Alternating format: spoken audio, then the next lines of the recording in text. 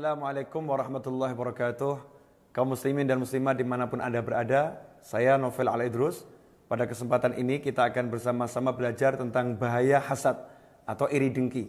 Yang mana dalam Al-Quran cukup sebagai bukti buruknya sikap hasad. Allah mewahyukan, wa min syarri hasidin idza hasad. Dan dari keburukan orang yang iri dan dengki ketika ia iri dan dengki.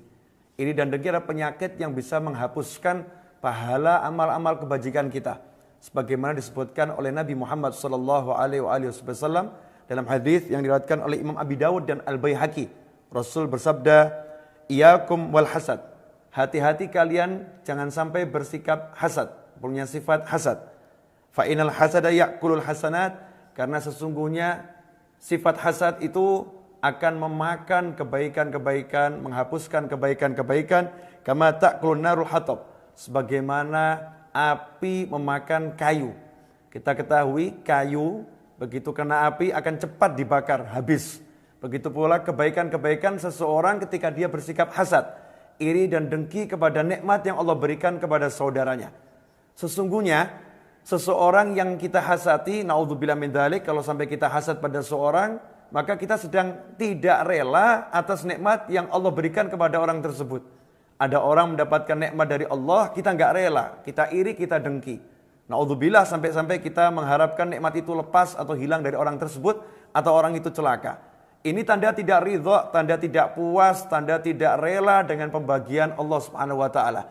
Pemberi nikmat itu Allah. Jadi kalau kita iri, kita dengki pada nikmat yang ada pada diri saudara kita, sebetulnya kita lagi marah sama Allah, kita nggak ridha sama Allah. Itulah mengapa hasad menyebabkan pahala kebajikan dihapuskan oleh Allah Subhanahu wa taala.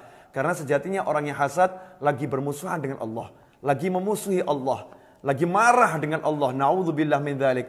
Karena itu ikhwani rahimakumullah, kalau ada saudara kita mendapatkan nikmat, seharusnya kita ikut berbahagia. Seharusnya kita ikut senang dan mensyukurinya. Nanti Allah akan berikan kita nikmat yang sama atau bahkan lebih dari itu. La in syakartum la azidannakum. Kalau kalian bersyukur, pasti aku akan tambah. Syukur atas nikmat yang ada pada diri kita, dan syukur atas nikmat yang Allah berikan kepada orang lain, itu bagian daripada syukur.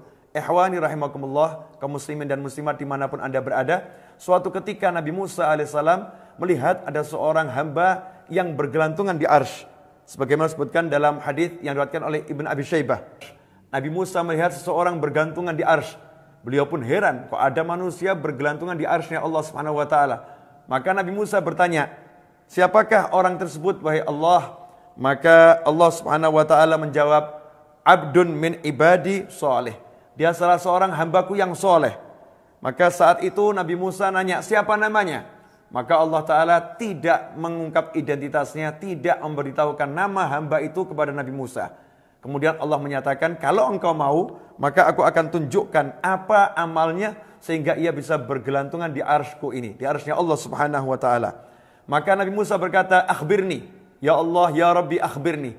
Duhai Tuhanku, ceritakan kepadaku, sampaikan kepadaku, terangkan kepadaku apa amalannya. Maka Allah menjawab, "Kana la yahsudun nas ma atahum min fadlih." Sesungguhnya dia tidak pernah iri, tidak pernah dengki atas nikmat yang diperoleh oleh seseorang. Siapapun yang mendapatkan nikmat, yang mendapatkan kelebihan dari Allah, dia tidak pernah iri, tidak pernah dengki. Ia pun mencapai derajat yang tinggi, bisa bergelantungan di arsy-Nya Allah, sehingga membuat Nabi Musa alaihissalam keheranan. Ikhwani rahimakumullah. Karena itu mari kita teliti diri kita. Adakah rasa tidak senang saat orang lain mendapatkan kenikmatan? Saat orang lain dipuji? Saat orang lain mendapatkan tambahan nikmat? Kalau ada perasaan tidak senang tersebut, itulah iri, itulah dengki. Mari kita lawan perasaan tersebut dengan merendahkan diri kepada saudara kita mendapatkan nikmat, dengan mendoakannya dalam kegelapan malam tanpa sepengetahuannya agar ia mendapatkan tambahan kebaikan, tambahan nikmat. Semoga Allah menjauhkan kita dari sifat hasad dan melindungi kita dari keburukannya. Begitu pula untuk saudara, orang tua dan anak cucu kita sampai kapanpun juga. Semoga barakah dan manfaat. Wabillahi taufiq wal hidayah. Wassalamualaikum warahmatullahi wabarakatuh.